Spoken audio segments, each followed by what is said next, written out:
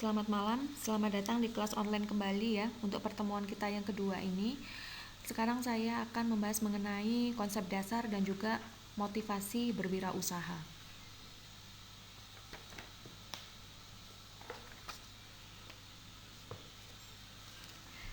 Jadi pertama-tama saya akan membahas dulu mengenai pentingnya berkewirausahaan sejak dini. Jadi beberapa puluh tahun yang lalu ada yang berpendapat kalau kewirausahaan itu tidak dapat diajarkan ya.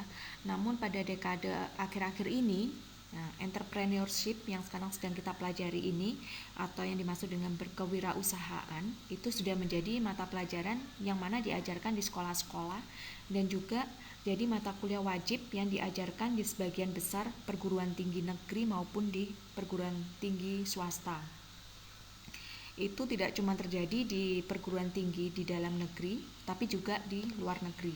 Bahkan di Indonesia itu sudah diajarkan berbagai kursus, ya, melalui seminar, workshop, dan juga sejenisnya mengenai kewirausahaan. Di negara-negara maju, nah contohnya seperti di benua Eropa maupun di Amerika Serikat, itu setiap 10 menit lahir wirausahawan baru. Bahkan pertumbuhan wirausaha itu membawa peningkatan ekonomi yang sangat luar biasa.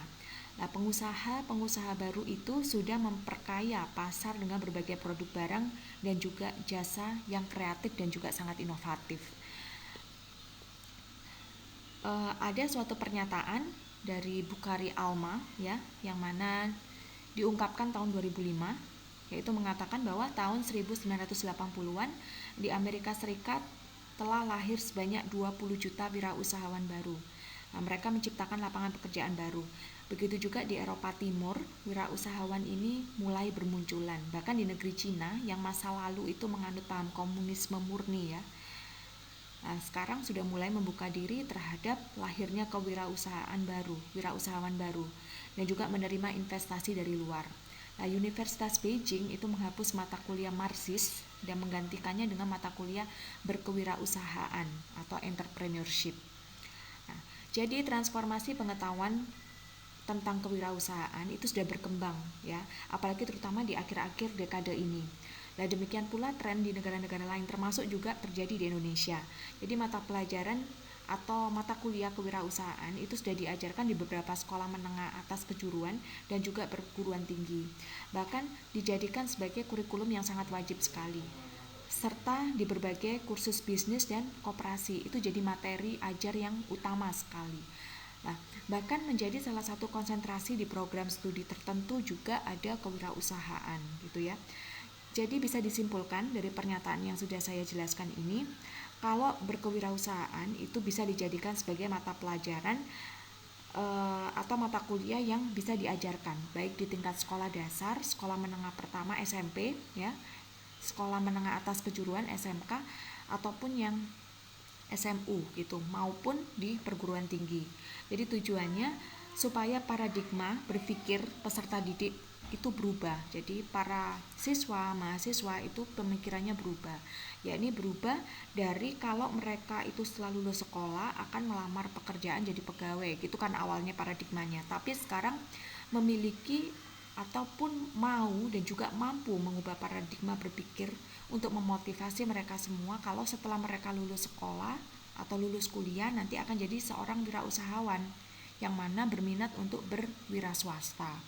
Jadi saat ini pengangguran dan juga kemiskinan terjadi karena perbandingan antara jumlah penawaran kesempatan kerja di seluruh sektor baik di dalam maupun di luar negeri itu meliputi sektor industri ya, pertanian, pertambangan, transportasi, pariwisata dan juga lain-lain, itu jumlahnya tidak sebanding dengan jumlah lulusan atau penawaran tenaga kerja baru yang dihasilkan di segala level pendidikan, baik itu di tingkat SMP yang mana sudah mengenyam 9 tahun wajib belajar, itu masih juga tidak mampu melanjutkan pendidikan ke jenjang yang lebih tinggi sampai dengan perguruan tinggi di semua jenjang.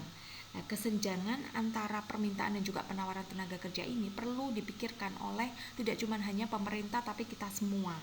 Nah, lebih-lebih tenaga kerja yang tidak terdidik, tidak terampil dan atau tenaga kerja berpendidikan rendah itu bila tidak tertampung di lapangan kerja formal, maka jalan satu-satunya adalah dibekali dengan keterampilan berwirausaha supaya mereka itu setelah lulus sekolah atau lulus kuliah itu maupun berhenti sekolah ya, seandainya tidak bisa meneruskan ke tingkat yang lebih lanjut, berhenti sekolah atau berhenti kuliah di tengah jalan, itu tetap memperoleh penghasilan dan pada akhirnya mencapai kesejahteraan yang diharapkan tanpa harus mengandalkan untuk menjadi pegawai ataupun karyawan di suatu perusahaan. Nah, jadi solusi untuk mengatasi hal itu tentu tidak ada jalan lain kecuali kalau setiap lulusan atau tenaga kerja baru, baik yang dihasilkan dari tingkat pendidikan paling bawah ya SMP, kan wajibnya kan 9 tahun tuh, sampai dengan tingkat perguruan tinggi, mau tidak mau tuh harus dibekali dan diarahkan untuk tidak lagi berorientasi jadi pegawai. Nah, priayi pegawai atau jadi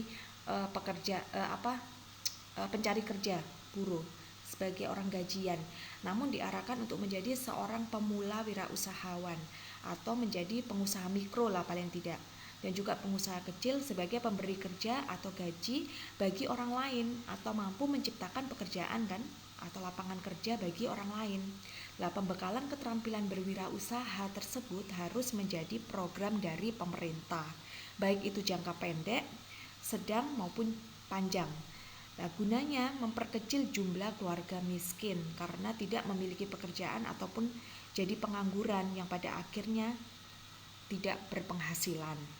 Nah, dengan diperkenalkannya cara-cara berwirausaha yang sejak sedini mungkin, setiap lulusan yang dihasilkan oleh seluruh level pendidikan di tingkat SMP sampai dengan perguruan tinggi itu akan dipersiapkan sebagai anak didik yang nantinya siap terjun menjadi wirausahawan meskipun putus sekolah di level pendidikan yang paling dasar sekalipun.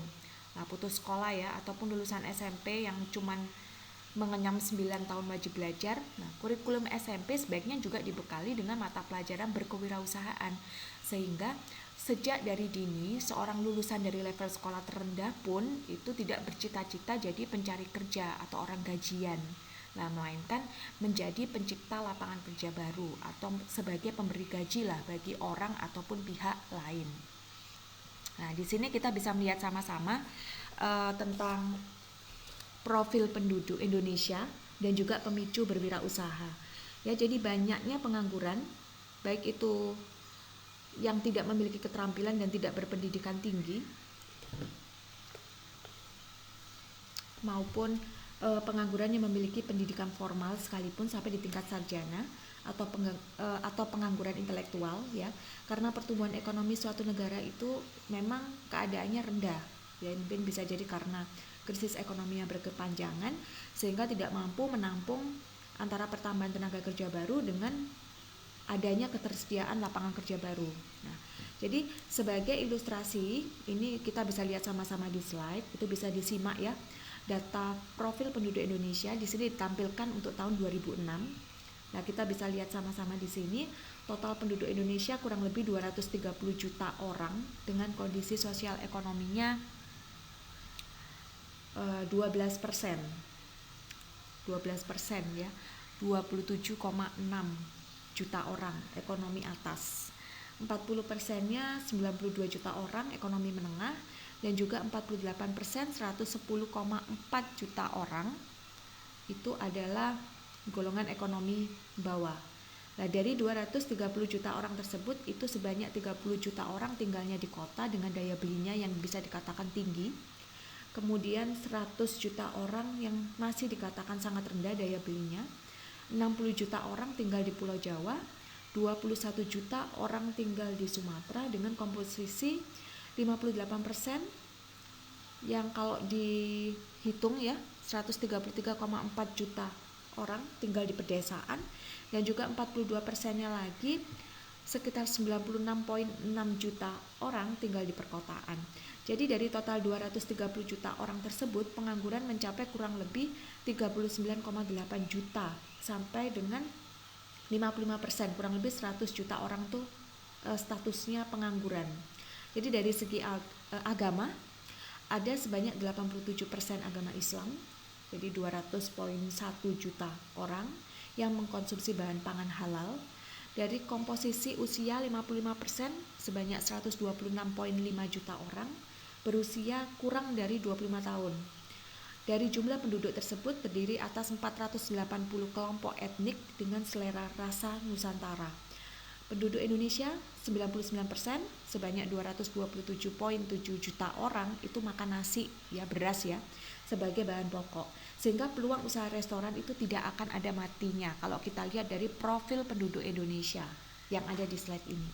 Nah, jadi penduduk bekerja menurut status pekerjaan dan juga pendidikan bisa kita lihat juga di tabel ini.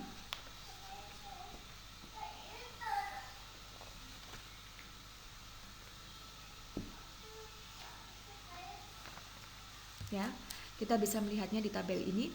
Jadi dari tabel 2.1 ini bisa disimpulkan kalau 83,1% lulusan universitas itu jadi karyawan, 82% lulusan D3 jadi karyawan, dan 88% lulusan D1 dan D2 juga jadi karyawan.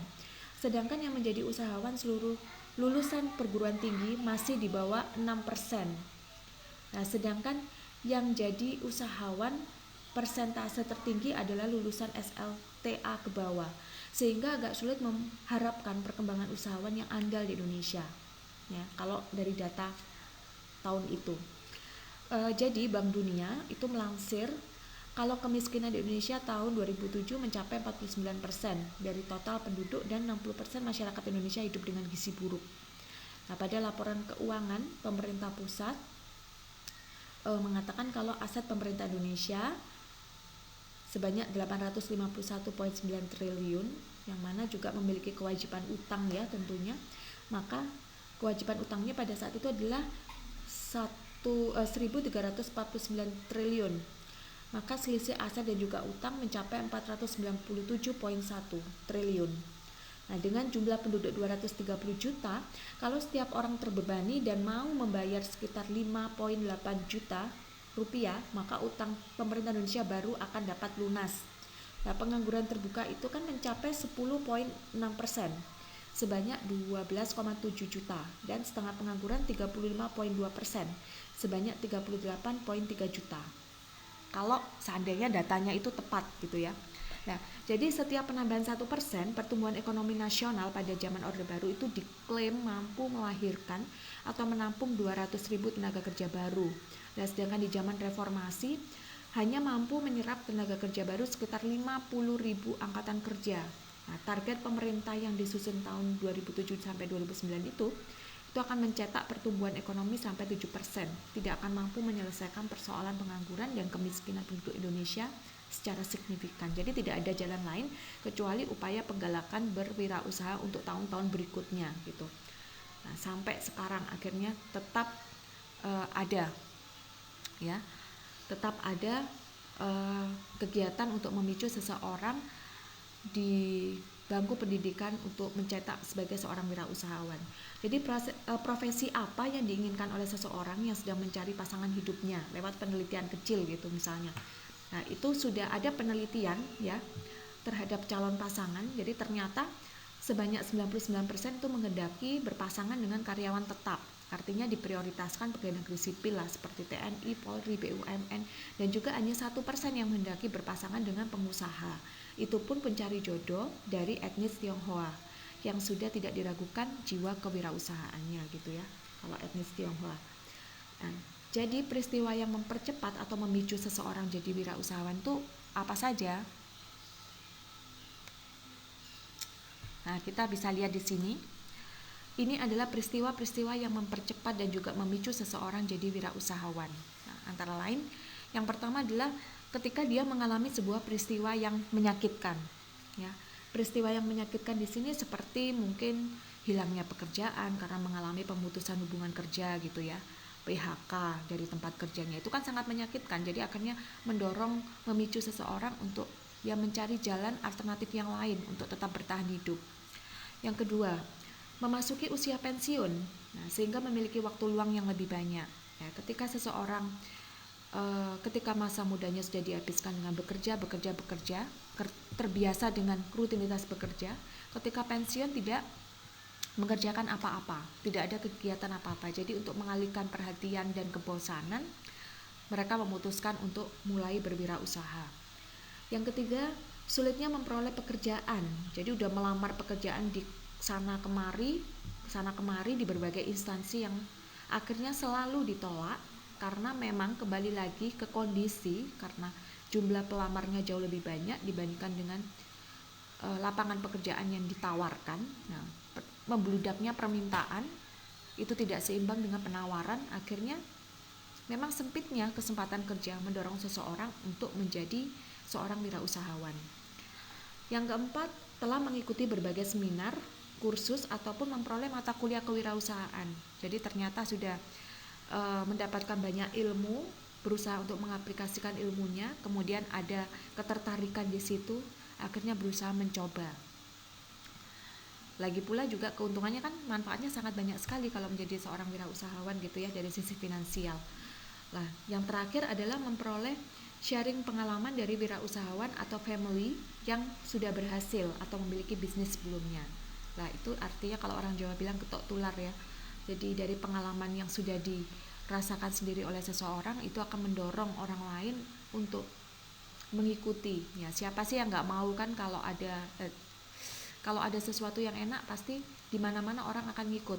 Nah, ada gula di situ ada semut kayak gitu ya istilahnya. Nah, itu karena ada sharing pengalaman bisa memotivasi seseorang yang lain untuk mengikuti jejaknya. Nah, di sini kita bisa lihat motivasi seseorang berwirausaha.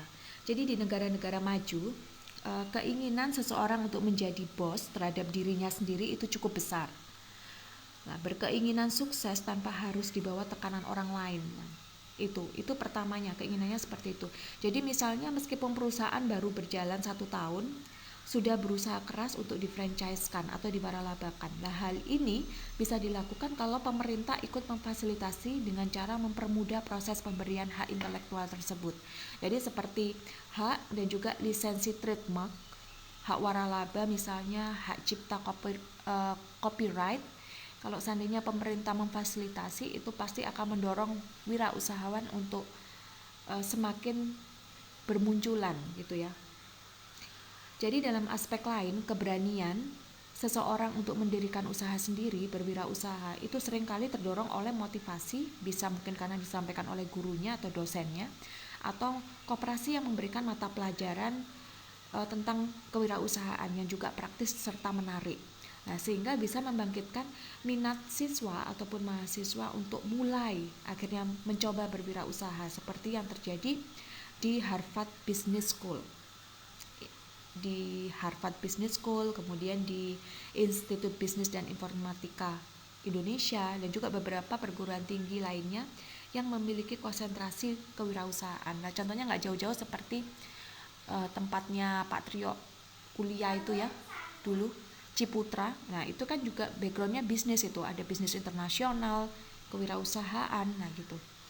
Jadi tidak jarang juga setelah seseorang memperoleh kursus dan juga pendidikan non gelar melalui koperasi dan atau koperasi kredit, bahkan setelah dengar cerita sukses pengalaman bisnis yang dimiliki oleh orang-orang di sekitar kita, nah meskipun itu bisnisnya cuma kecil, itu bisa juga menjadi memicu potensi dan juga mampu memotivasi menjadi wirausahawan yang berhasil. Motivasi untuk menjadi seorang wirausahawan biasanya muncul dengan sendirinya sih ya. Jadi setelah memang punya bekal yang cukup untuk mengelola usaha, dan juga pastinya dibutuhkan kesiapan mental yang secara total.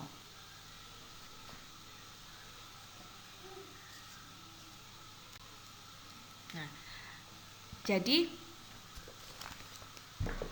apa motivasi seseorang untuk menjadi wirausahawan? Jadi motivasi seseorang untuk jadi wirausahawan itu antara lain adalah pastinya laba, ya. Laba di sini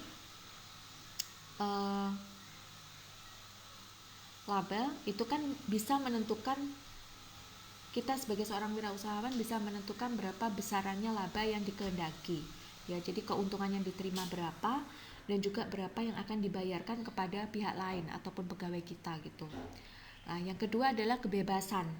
Nah, kebebasan di sini artinya bebas mengatur waktu, bebas dari perintah, dan juga bebas dari aturan main yang mana biasanya kalau diikuti di suatu institusi itu akan menekan dan rasanya seperti diintervensi lah pastinya ya, karena ikut orang kan. Kemudian bebas dari aturan-aturan ataupun budaya organisasi suatu perusahaan, karena kita yang menentukan sendiri sesuai dengan karakter kita. Kemudian impian personal. Nah, impian personal di sini eh, bebas mencapai standar hidup yang diharapkan. Ya, kita kalau memang mau targetnya tinggi ya juga kita harus memacunya lebih giat lagi. Tapi kalau yang maunya biasa-biasa ya sudah, yang penting hari-hari ada penghasilan ya sudah, begitu cukup gitu kan. Itu tergantung dari impian personal. Kemudian lepas dari rutinitas kerja yang membosankan lah pastinya. Tapi juga nanti akan bekerja dalam jangka waktu yang jauh lebih lama biasanya durasinya. Serta karena harus mengikuti visi misi, jadi kalau kita ikut orang itu kan harus mengikuti visi misi dari setiap organisasi. Tapi kalau kita membentuk organisasi sendiri, ya visi misi akan kita sesuaikan. Kita tidak akan mengikuti impian dari orang lain, tapi impian kita sendiri. Nah, kemudian imbalan untuk menentukan nasib dan juga visi serta misi serta impian dari diri sendiri, itulah kita yang menentukan sendiri gitu. Serta motivasi yang lain adalah kemandirian. Jadi kemandirian di sini memiliki rasa bangga pastinya ketika kita mampu membuka usaha sendiri, ya. Mandiri itu artinya banyak dalam segala hal. Contohnya seperti mandiri dalam segi permodalan, mandiri dalam pengelolaan manajemennya, mandiri dalam pengawasannya, serta menjadi manajer terhadap diri sendiri. Itu juga wujud dari kemandirian.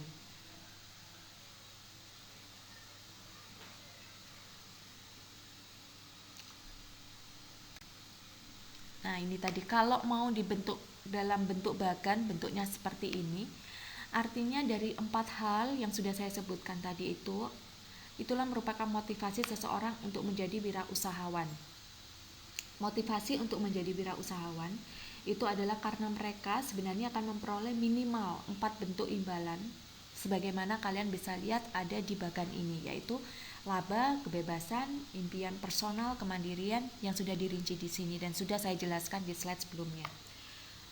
Jadi, kalau kita melihat bagan ini bisa disimpulkan kalau dengan berwirausaha, seseorang akan termotivasi untuk memperoleh imbalan minimal dalam bentuk laba, kebebasan, impian personal yang mungkin jadi kenyataan, kemandirian,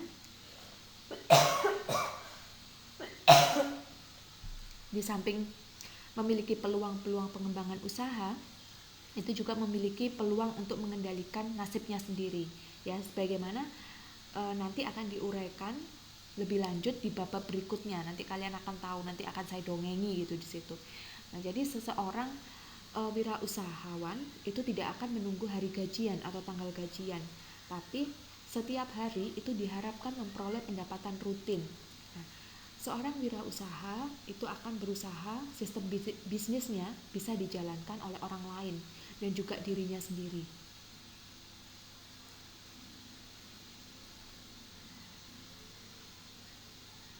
Gitu. Seandainya memang harus dipasrahkan kepada seseorang yang lain untuk menjalankan sistem bisnisnya, nah, tujuannya apa? Ya supaya dirinya bisa santai, bisa akhirnya menikmati waktu dengan melakukan jalan-jalan gitu misalnya ya. Nah, ini di slide ini kita bisa lihat apa perbedaan esensial antara wirausahawan dengan karyawan ataupun orang gajian. Nah, jadi kalau seorang wirausahawan itu penghasilannya sebenarnya bervariasi, jadi tidak teratur. Sehingga pada tahap awal nanti pasti akan mengalami kesulitan mengatur. Ya, di sini merupakan kondisi yang mungkin tidak nyaman karena tidak nyaman dan tidak aman karena penghasilannya itu tidak pasti. Jadi bisa saja di awal-awal pembukaan bisnisnya itu mengalami kerugian atau bahkan impas, sudah syukur-syukur impas ya, tapi banyak yang rugi gitu. Nah, kalau karyawan itu memiliki penghasilan pasti dan juga teratur, tanggalnya segitu ya sudah, itu waktunya gajian gitu, meskipun gajinya kecil tapi memiliki rasa aman. Wirausahawan memiliki peluang yang lebih besar untuk menjadi orang kaya. Nah, karena kemungkinan ketika bisnisnya maju, dia akan mendapatkan penghasilan yang berkali-kali lipat dan bisa menutupi pengeluaran serta kekurangannya sebelum-sebelumnya, dan bisa dijadikan biaya hidup yang mungkin lebih dari 1 tahun gitu. Tapi kalau karyawan ya semuanya serba mepet gitu, serba mepet. Peluang kayanya itu relatif, jadi tergantung dari kemujuran dan juga karirnya.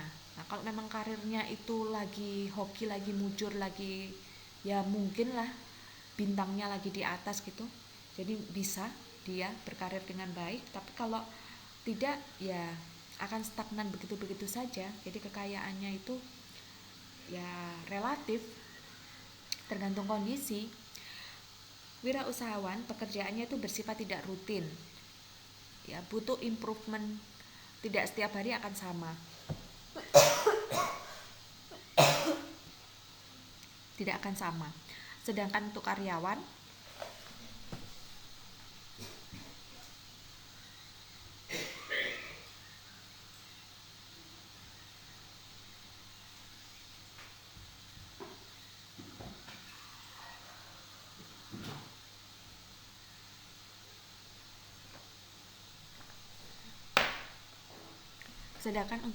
pekerjaannya karena sudah ditentukan, jadi sifatnya rutin, dimulai dari jam berapa sampai jam berapa.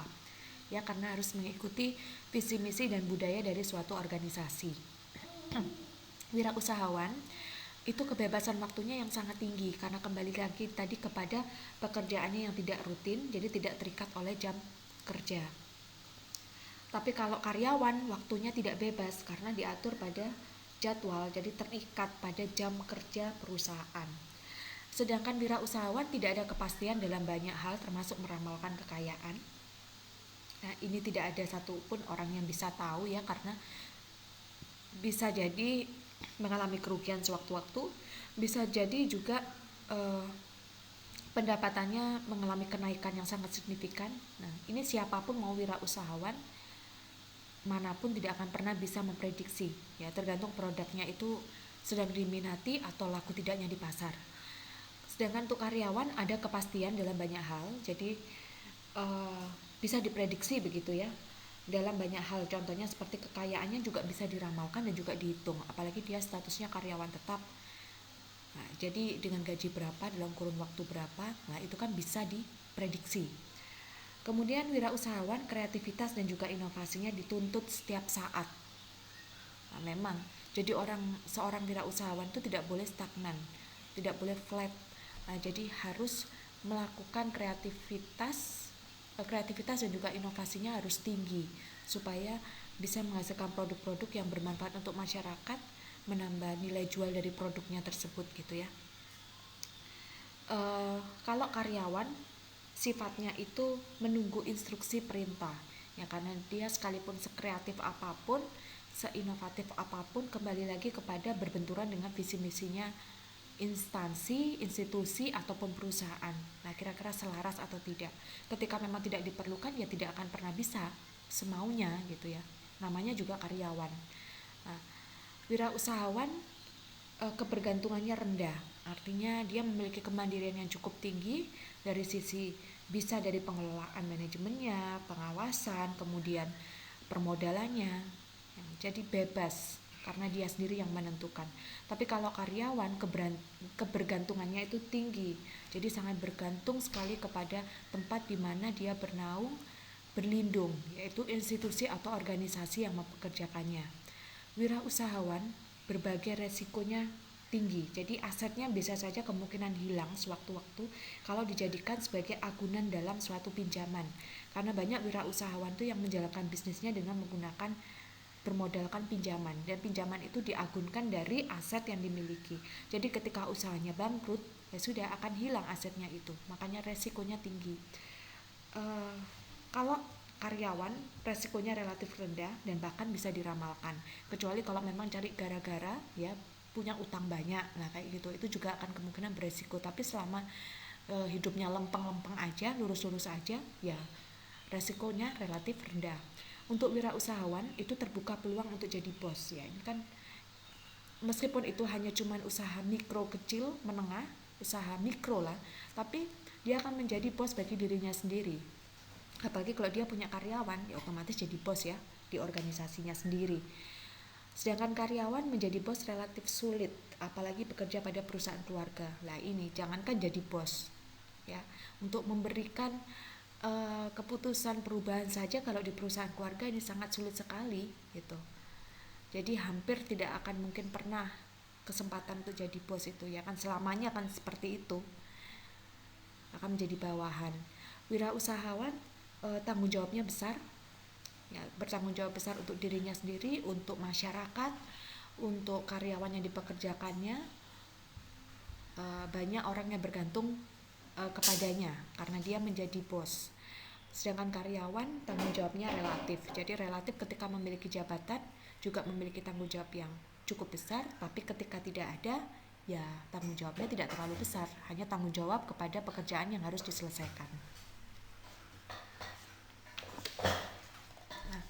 Perlu digarisbawahi kalau dikaitkan dengan perbedaan. Nah, perbedaannya ya. Jadi hampir 75% yang termasuk dalam daftar orang terkaya di dunia menurut majalah Forbes itu sebenarnya merupakan wirausahawan generasi pertama loh, ya.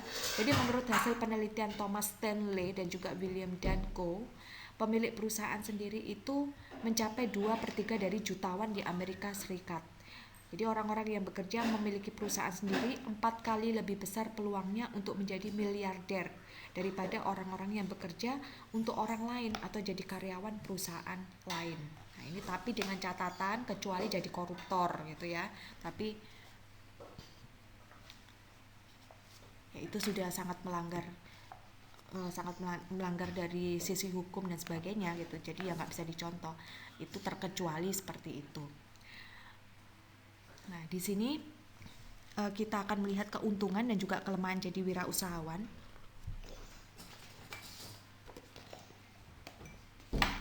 Berbagai keuntungan jadi wirausahawan itu adalah menurut Bukhari Alma ya,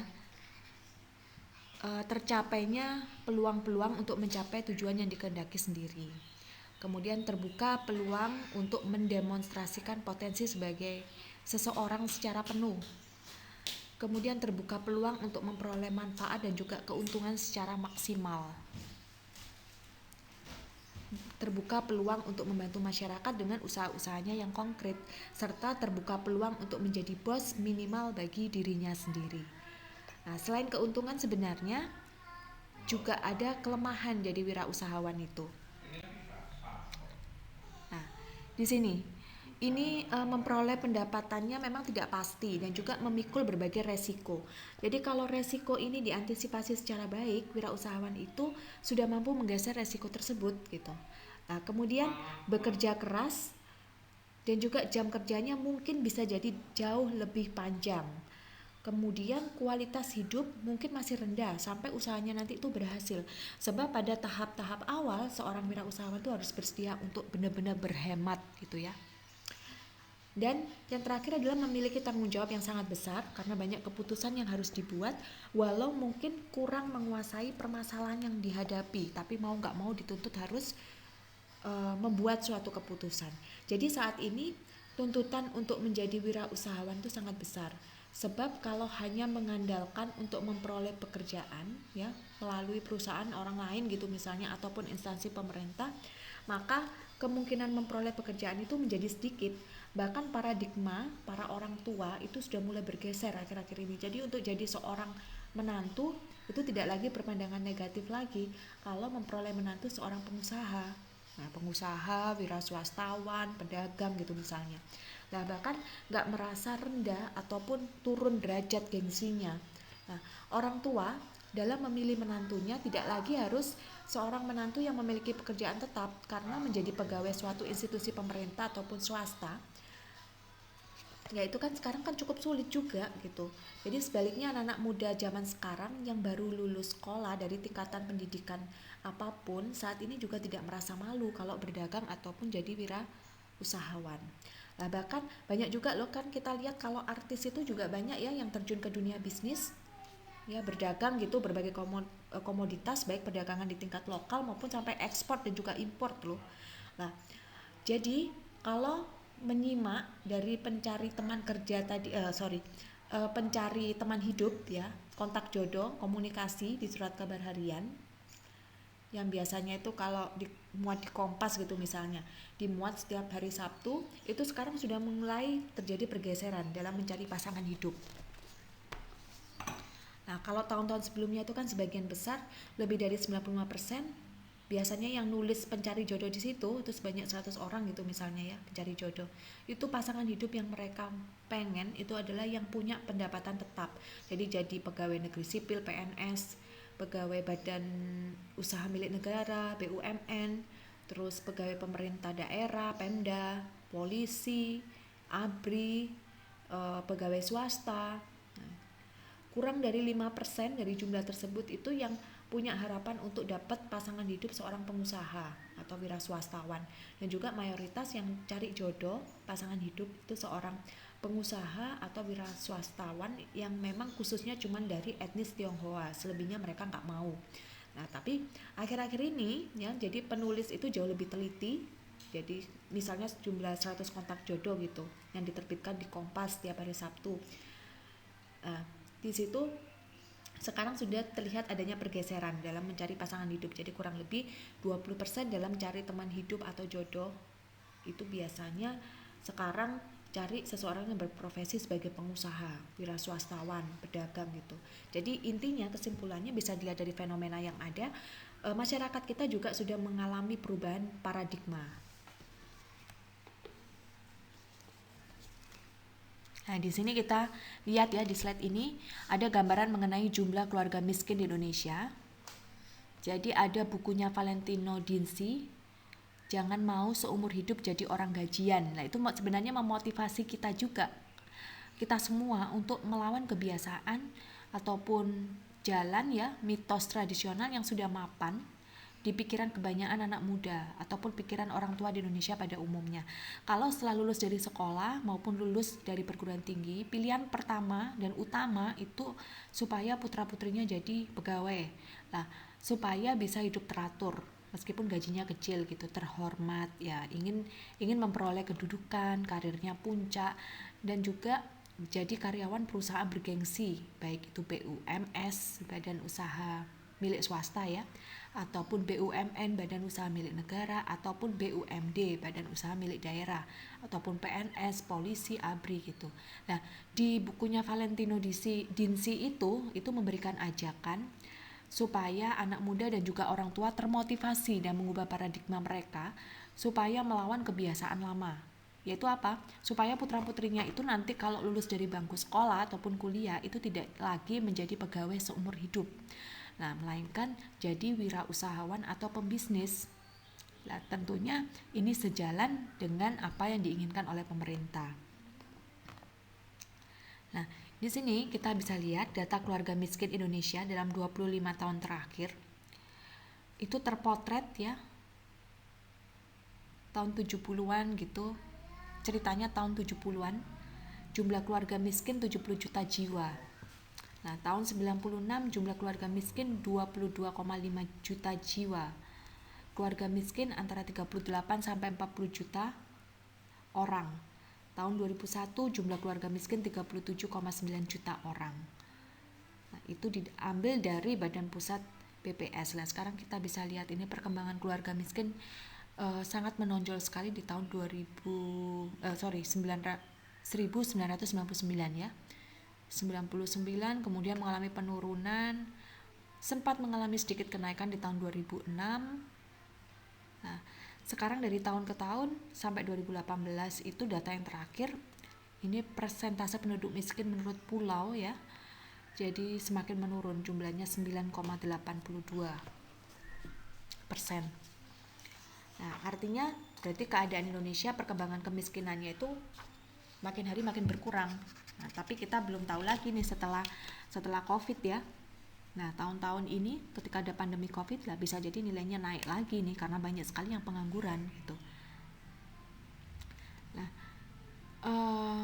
dulu pernah ada cerita ya, akibat adanya nilai kemiskinan yang bertambah di Indonesia, banyak orang yang tidak mampu mendapatkan pekerjaan, ya, karena tidak mampu mendapatkan pekerjaan, tidak ada penghasilan, akhirnya statusnya miskin gitu. Jadi pemerintah memberikan BLT, jadi BLT itu seperti bantuan gitu.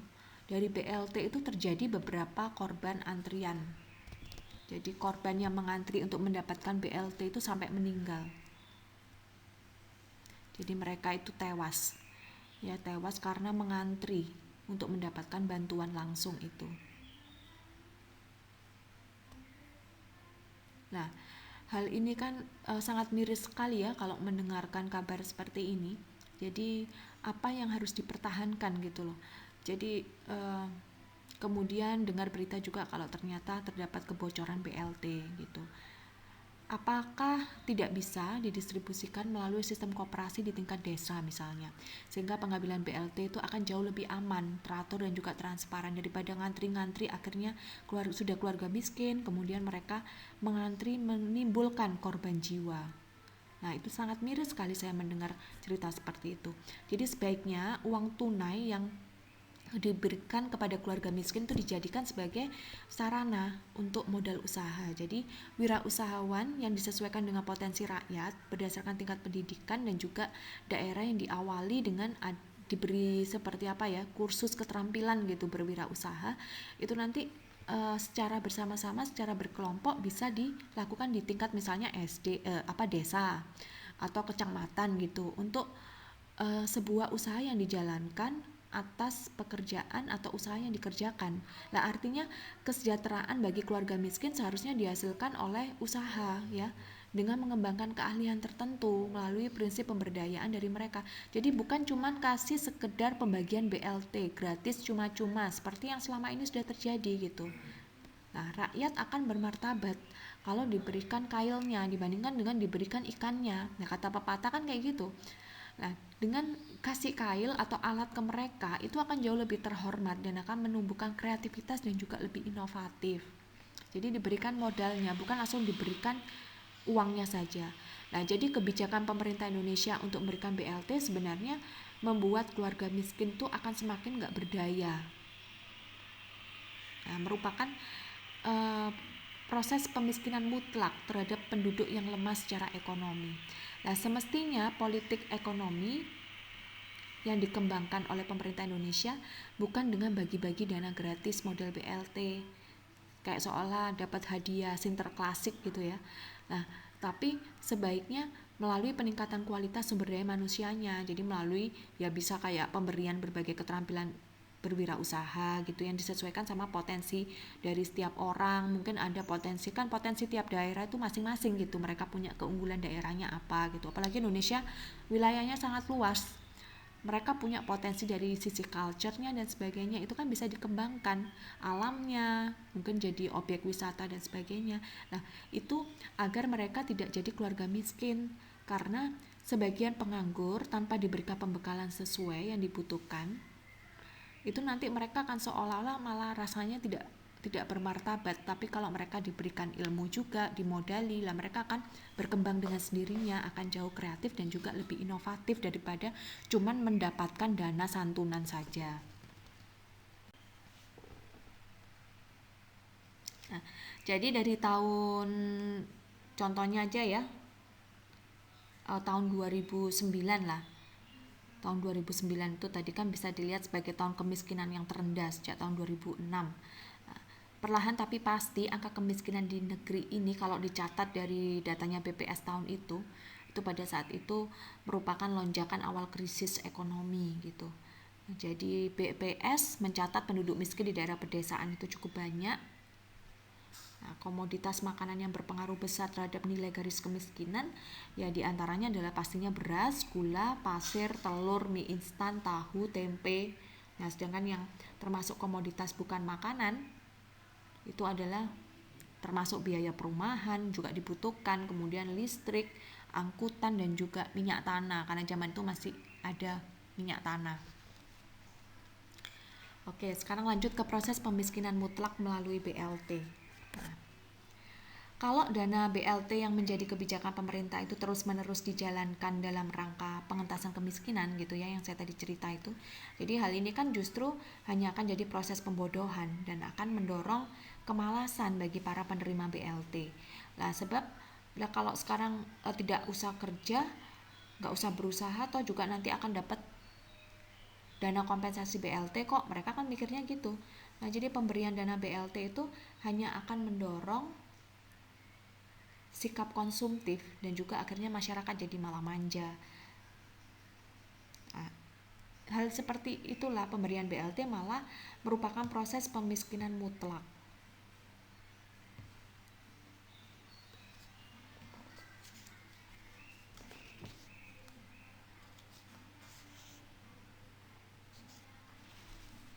Nah, mungkin pertanyaan yang harus kita ajukan misalnya, haruskah prosesnya BLT itu sebagai kompensasi BBM?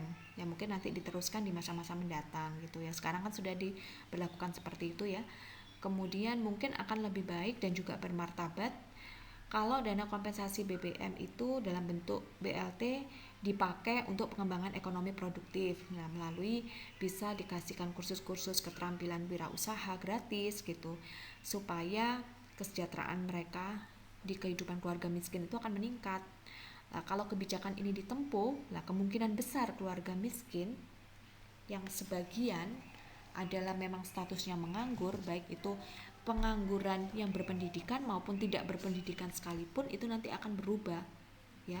Mereka akan bermental menjadi pengusaha, baik itu wirausahawan mungkin hanya cuma skala mikro lah, kecil dan juga menengah. Jadi paling tidak itu sebagai embrio dari pengusaha sedang dan juga besar nantinya. Nah, sehingga keluarga miskin akan menjadi sehat dan sejahtera, bisa berubah secara berangsur-angsur. Nah, jumlah pengangguran di Indonesia bisa dilihat di data ini.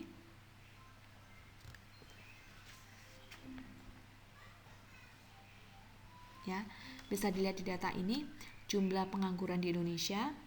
Jadi di situ sebenarnya data ini merupakan data yang sudah tergabung antara penganggur terdidik lulusan perguruan tinggi gitu. Artinya jumlah penganggurnya itu adalah penganggur terbuka. Yang dimaksud dengan penganggur terdidik yang berpendidikan adalah jumlah penganggur yang memang lulus dari dunia pendidikan, tapi dia tidak bisa mendapatkan pekerjaan.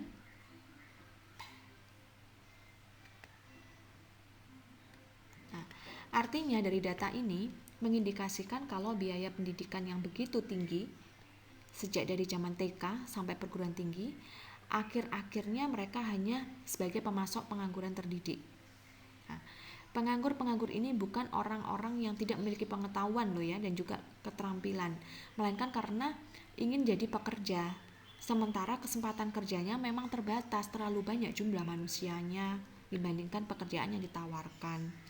Nah, biaya pendidikan yang notabene dengan biaya mahal karena ada kecenderungan terjadinya komersialisasi pendidikan misalnya di segala jenis jenjang pendidikan. Nah, itu akhirnya hasil pendidikan dengan biaya mahal tersebut justru membuahkan pengangguran buat mereka.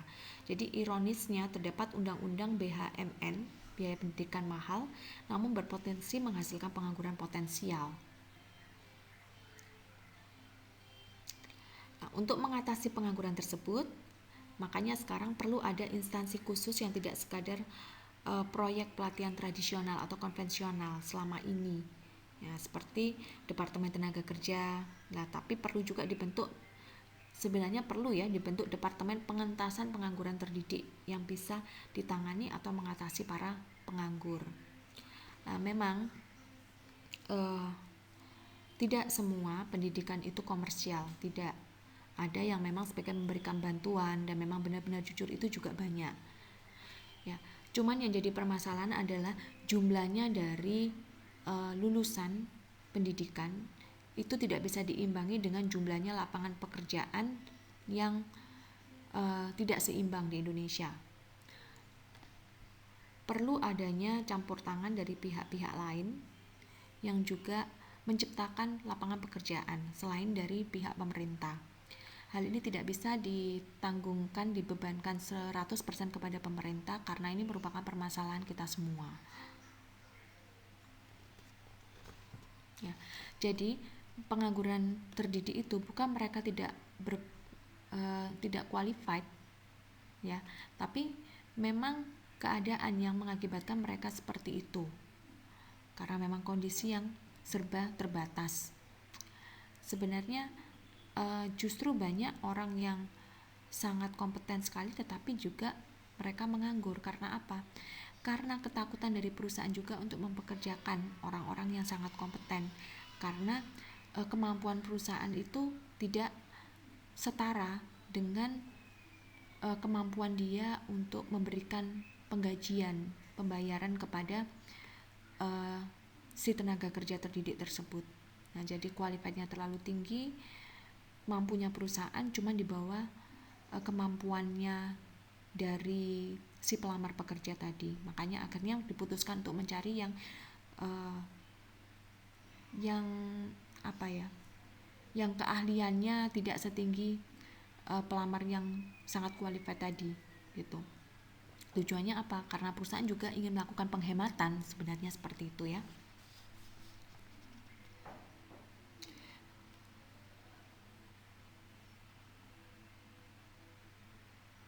Nah, sekarang kita lihat ya. Di Indonesia itu kan banyak sekali lapangan usaha perdagangan skala kecil yang jumlahnya banyak digantikan oleh pesatnya perkembangan perdagangan besar seperti hypermarket gitu. Jadi ekspansi hypermarket semakin dipermudah oleh pemerintah, baik itu pemerintah pusat maupun pemerintah daerah, sehingga semakin meningkatkan pengangguran, terutama bisnis retail yang sebelumnya berdiri di dekat hypermarket dan juga pedagang yang berada di pasar tradisional. Itu juga akhirnya keadaannya malah semakin terpuruk. Nah, artinya dari keadaan-keadaan tersebut mendorong semakin rendahnya persen pertumbuhan ekonomi di Indonesia. Nah, hal ini mengindikasikan kalau tidak ada jalan lain kalau semua generasi muda dan juga orang tua untuk mendorong para putra-putrinya untuk mengubah paradigma supaya tidak berusaha untuk jadi karyawan atau pencari pekerjaan lagi, melainkan mengubah paradigma setelah lulus dari bangku kuliah bercita-cita jadi pegawai, itu mulai diubah, digeser gitu ya, supaya mengubah kebiasaan untuk menjadi wirausahawan yang dimulai dari mungkin bisa saja dari pengusaha mikro kecil atau menjadi pencipta lapangan kerja baru bagi orang lain.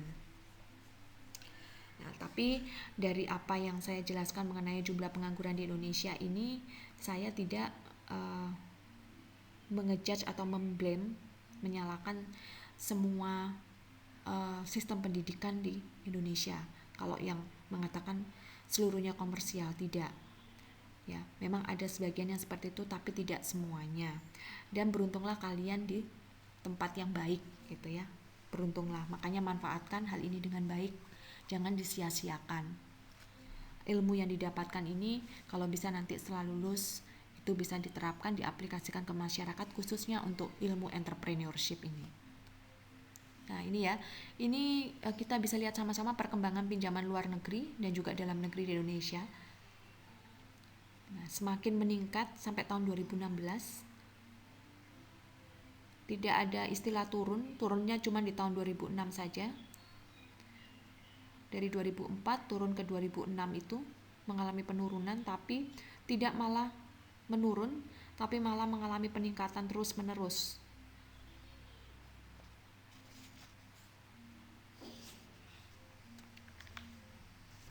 Nah, memang ya, setiap negara itu membutuhkan dana untuk membiayai proses pembangunannya. Memang. Jadi ada beberapa cara yang bisa dipakai pemerintah untuk membiayai proses pembangunan.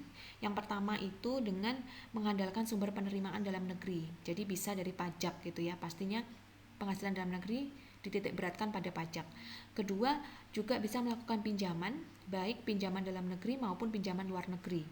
Yang ketiga, itu dengan mencetak uang. Nah, cara ketiga ini sangat jarang dilakukan karena bisa memicu inflasi yang tidak terkendali di dalam negeri.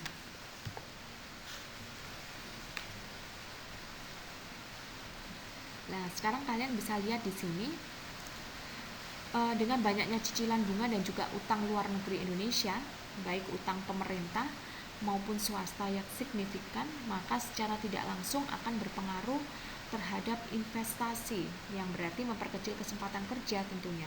Nah, hal tersebut disebabkan uang yang sama yang digunakan untuk pembayaran cicilan bunga dan juga utang luar negeri seharusnya bisa digunakan untuk investasi di sektor real yang bisa menyerap lulusan dan atau tenaga kerja baru. Jadi dengan semakin banyaknya cicilan dan juga bunga utang ya atau pinjaman luar negeri Indonesia, secara tidak langsung akan memperkecil kesempatan investasi di dalam negeri. Dan juga secara langsung maupun tidak langsung bisa mempersempit kesempatan kerja atau kesempatan berusaha. Nah, ini di sini adalah konsep cash flow quadrant oleh Robert T. Kiyosaki. Ini berdasarkan pada judul bukunya, yaitu Panduan Ayakaya Menuju Kebebasan Finansial. Ya, ini bisa diuraikan secara ringkas. Kita bisa lihat gambarnya di sini.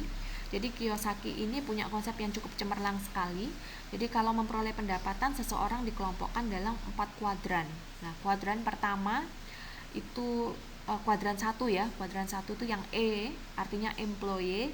Jadi seseorang yang berposisi sebagai employee atau pegawai, ia sebagai pekerja untuk orang lain ya.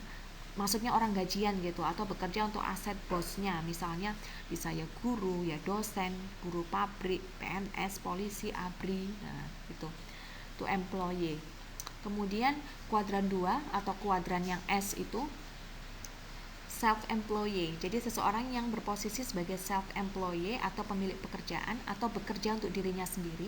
Jadi contohnya seperti dokter, kemudian atlet, kemudian pengacara, artis, pemilik toko. Nah, mereka ini adalah bekerja sebagai pekerja untuk dirinya sendiri. Kemudian kuadran ketiga atau kuadran 3, kuadran B, business owner. Ya, seseorang yang berposisi sebagai business owner atau pemilik bisnis. Jadi dengan membangun jaringan ataupun sistem. Jadi contohnya dalam kuadran ini adalah konglomerat. Nah, kemudian waralaba, franchisor, franchisee itu ya termasuk yang kuadran B ya. Kemudian network marketing. Yang kuadran 4, kuadran I atau I itu adalah investor, yaitu seseorang yang berposisi sebagai pemodal, investor atau pemilik modal. Jadi contoh kuadran ini adalah pemilik deposito, deposan ya. Kemudian pemilik saham, pemilik properti. Nah, ini termasuk kuadran 4. Bisa kita lihat sama-sama di sini. Jadi artinya yang kelompok pada kuadran E itu sudah saya sebutkan tadi ya. Nah, artinya kalau yang self-employed yang S itu kan pemilik pekerjaan. Jadi artinya dia kerja sendiri. You own a job gitu ya. Artinya orang bekerja untuk uang. Nah, kalau yang investor, uang bekerja untuk Anda, money works for you, uang bekerja untuk orang.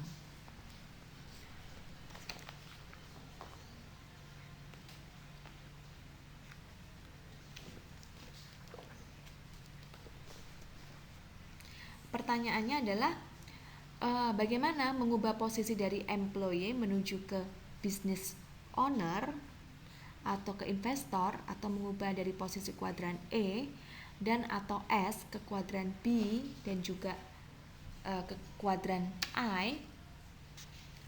Jawabannya adalah dengan konsep cash flow ini ataupun dengan mulai mengubah paradigma sejak dini menjadi seorang wirausahawan dan menerapkan ilmu entrepreneurship di dalam kehidupan kita sehari-hari, mulai dari pendidikan formal maupun informal, sehingga memotivasi semua orang supaya bisa berubah posisinya dari kuadran E jadi S, jadi B, kemudian I gitu. Oke, baiklah, pertemuan kita di pertemuan kedua ini sampai di sini dulu. Semoga ilmu yang saya sharekan ini bermanfaat dan mampu menginspirasi serta memotivasi Anda semuanya untuk mengubah paradigma lama menjadi paradigma baru dan menyumbangkan kontribusi positif ke masyarakat kita dan membantu pemerintah untuk menciptakan lapangan kerja secara menyeluruh nantinya. Ya, baiklah. Singkat kata saya ucapkan terima kasih atas perhatiannya. Sampai ketemu di kelas online berikutnya. Selamat malam.